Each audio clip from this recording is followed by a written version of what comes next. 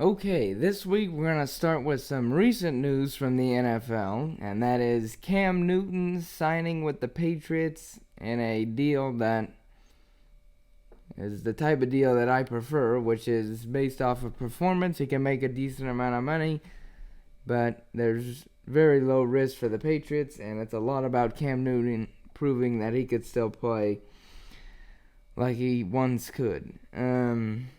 However, a lot of people have kind of hyped up the move, saying the Patriots are back in playoff potential or playoff shape. But I really don't think it changes them to the point where you look at them as a contender for the title.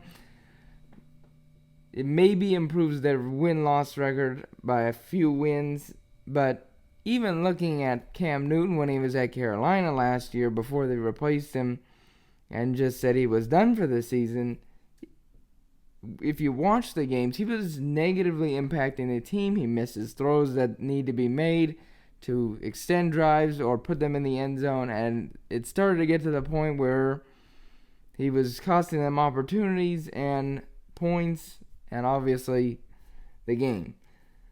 Since 2015, which is when he won MVP and they went 15-1 and made it to the Super Bowl but lost to the Broncos, Cam Newton has averaged a 59.6 completion percentage, below league average for starting quarterbacks at least. A 22-15 touchdown interception ratio, not going to get it done. At 229 passing yards a game. In this day and age, that's not very good. Maybe in 1980 it does the job. 34 rush yards a game, 5 rushing touchdowns a season, and 7 fumbles. Those are the touchdowns and the fumbles rushing wise are his season pace since 2015. So it's negative there. More fumbles than rushing touchdowns. So he's not a dual threat. In fact, he's really not a threat either running or throwing. And I think with that, he's not getting anything in New England that he had in Carolina. In Carolina, the offensive line was not great, but it was decent. Christian McCaffrey was out of the backfield. They don't really have that in New England. They have a little bit lesser skill.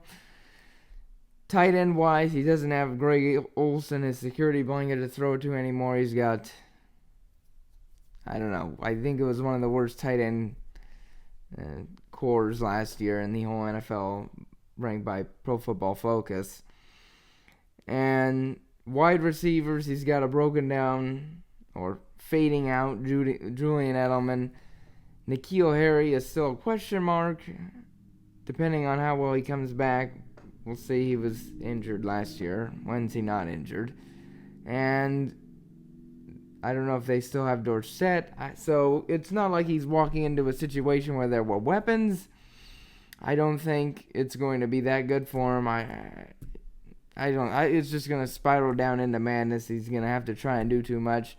And also, we can't forget the fact that he may not even start week 1 because there's less camps, and I don't believe there's going to be any preseason games. So he's not even used to the offense, so we'll see how that happens. But overall, while sure, it's a good contract for the Patriots, and there's really no risk, so why not? I think it would have been better off drafting a quarterback, or maybe getting traded teams that have 2, maybe getting someone like a Tyrod Taylor or Andy Dalton or Jameis Winston, who haven't necessarily reached their peak. I mean, I think Cam Newton's beaten up and broken down at this point, and I don't think it's going to lead to any immediate success. So that's my take on it.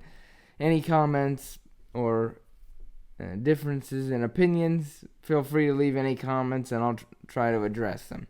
Thank you. And coming up next, we're going to start AFC North draft coverage, starting with the last place Cincinnati Bengals. So that's coming up next.